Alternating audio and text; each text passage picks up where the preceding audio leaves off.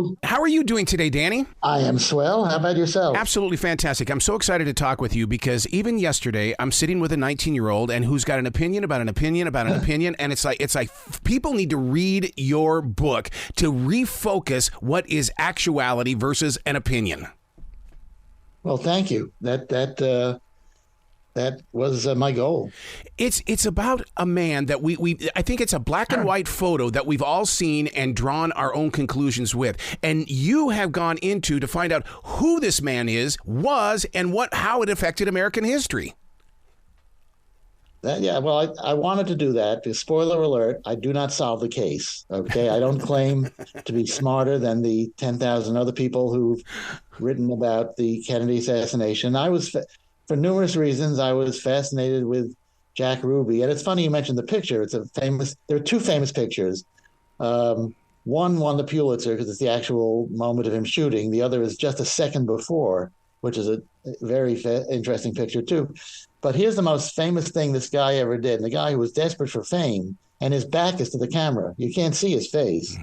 But yes, my goal was to try to shed some light on who this guy was and how his actions, we know how his actions affected history, and I go into that, of course.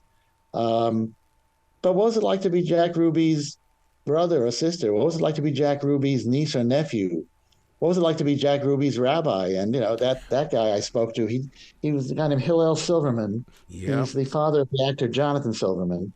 And he gave me access to the many notes he made during his multiple visits to Ruby in prison, and which gave me a unique point of view and a perspective on the whole situation. Yeah, I'm so jealous that you got to spend some time with the Rabbi Silverman. And the reason why is because that's as close as you can get to a human soul when you go into that prison. If he could get him to talk, was he able to do it easily, or did he have to develop some sort of relationship with him based on trust and faith?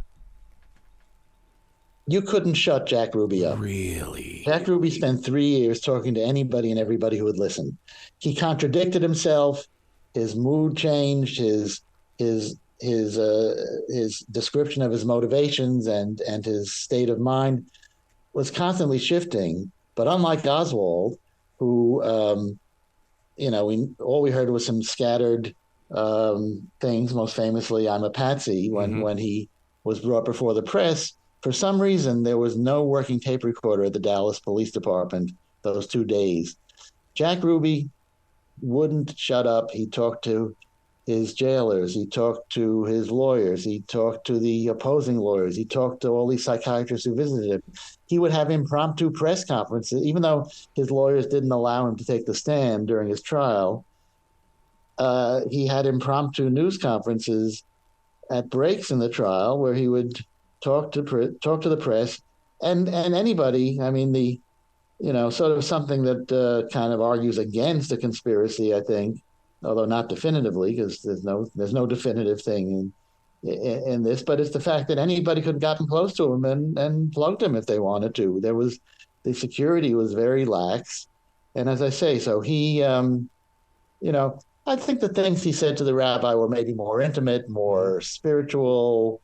But they often didn't make a lot of sense, But boy, there's, and then of course there's his Warren Commission testimony, which is colorful and in its own way almost brilliant and Shakespearean, and to my mind ultimately gibberish. Although people are eager to read all sorts of implied things he was saying into it. That's part of the fascinating thing about him. Is just how accessible he was, and how, and he used to say to people, "I'm colorful, ain't I? I'm a character, ain't I?" And certainly, he did go on to prove that. One of the things that I've heard conversations with the FBI and President Johnson, and they didn't want to involve the FBI or the CIA somehow, some way into this. And yet later in the years, the mob connected to the FBI and CIA is right there in front of us. But they didn't really talk about that in the Warren Commission. There's a lot they didn't talk about. The Warren Commission is what it is, right? Yeah. There's a lot of stuff that for numerous reasons, take your pick, was not discussed. But for all that it's easy to denigrate the Warren Commission, nonetheless, it's 888 pages and 26 volumes of evidence, plus all the stuff that's come out. The millions of documents that have come out in the intervening years. I think what people do forget, including me, until I really started researching and thinking about it, the both murders took place about a year after the Cuban Missile Crisis. So it's the height of the Cold War. Yep.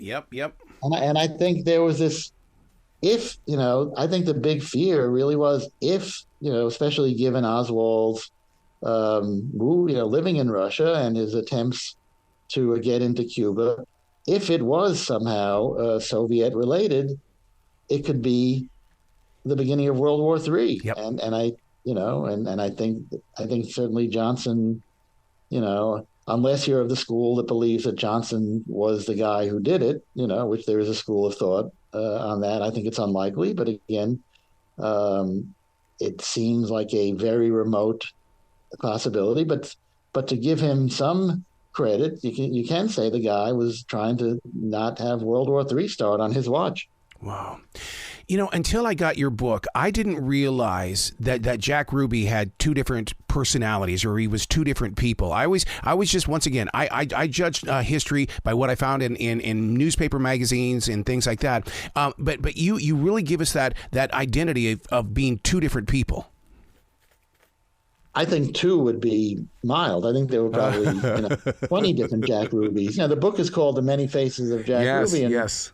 Because here's a guy who people would come to visit him, and he would hide under a table because he would say, through my actions, I've brought shame on my fellow Jews, and I've started the second Holocaust, and Jews are being tortured and killed in this prison. I can hear their screams.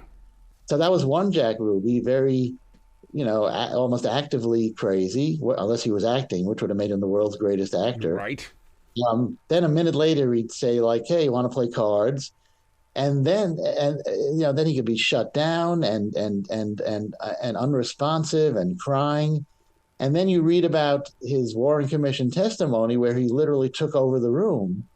As the way I put it is, he treated the lawyers and the guards and the police in the room and Earl Warren himself as if they were busboys at his nightclub.